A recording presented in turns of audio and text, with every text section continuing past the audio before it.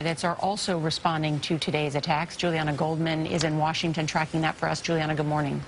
Good morning. Well, that's right. We have reaction from all the Republican presidential candidates. Donald Trump initially commented on Twitter saying the U.S. must be vigilant and smart. Now, Nora, it's important to note that while one official is saying this has all the hallmarks of an ISIS attack, CBS News has not confirmed the identities of the perpetrators. But in follow-up phone interviews, Trump has been linking what we're seeing on the ground in Brussels to his previous statements on Muslims, like what we saw after the attacks in Paris and in San Bernardino, California. Specifically, Trump is saying that he'd reinstitute harsh interrogation techniques like waterboarding. He said on NBC it would be fined, and if you can expand the laws, he'd do a lot more than waterboarding. As for his tough talk on border security, he said on our digital network, CBSN, that he'd be extremely careful about letting people in from the Middle East, including from Syria. Let's take a listen to part of that interview.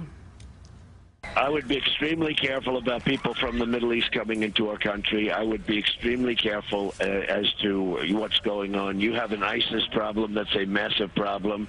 They want to come in, they want to do big damage, and I would be extremely careful about that.